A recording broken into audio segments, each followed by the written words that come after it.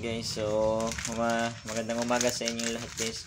So ngayon nagbabalik tayo guys. Ito po ay sample parts po to guys ng Piaggio FI 200cc po, sample parts.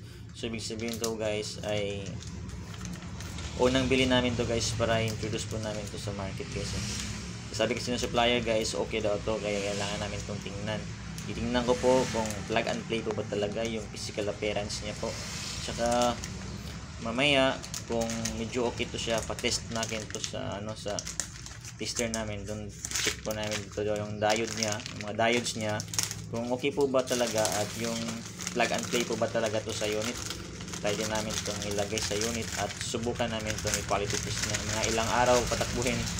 Saka pag okay na okay to guys, so pwede to mabenta namin sa murang halaga. Ito itong nakuha namin sa around na lang to guys, around 900 plus. So maybe kung mas maramihan, mas mamura, mapamura pa to, so okay na siguro. May patong siguro na maliit na 20 pesos, 30, okay na lang sa inyo guys. Sa tulong na lang din po to.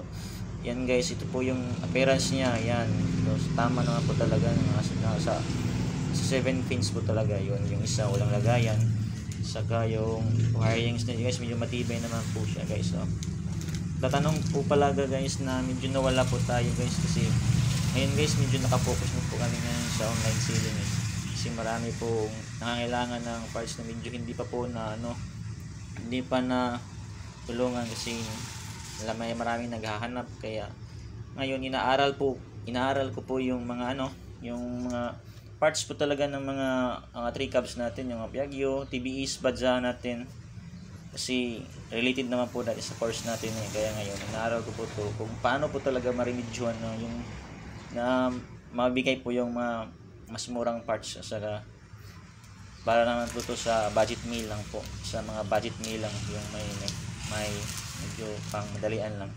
So thank you guys, pag-subscribe po, thank you.